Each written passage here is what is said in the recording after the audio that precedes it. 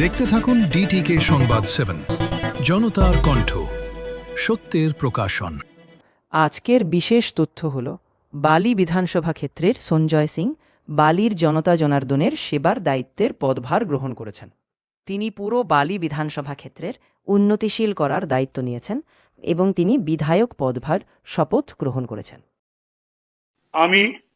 আমি সঞ্জয় সিং পশ্চিমবঙ্গ বিধানসভায় সদস্য নির্বাচিত হইয়া ঈশ্বরের নামে শপথ করিতেছি যে বিধি দ্বারা স্থাপিত ভারতের সংবিধানের প্রতি আমি অকৃত্রিম নিষ্ঠা অনুগত্য পোষণ করিব।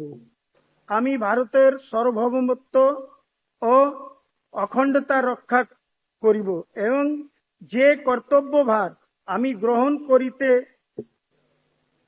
উদ্যত হয়েছি তাহা নিষ্ঠাপূর্বক নির্বাহন করব।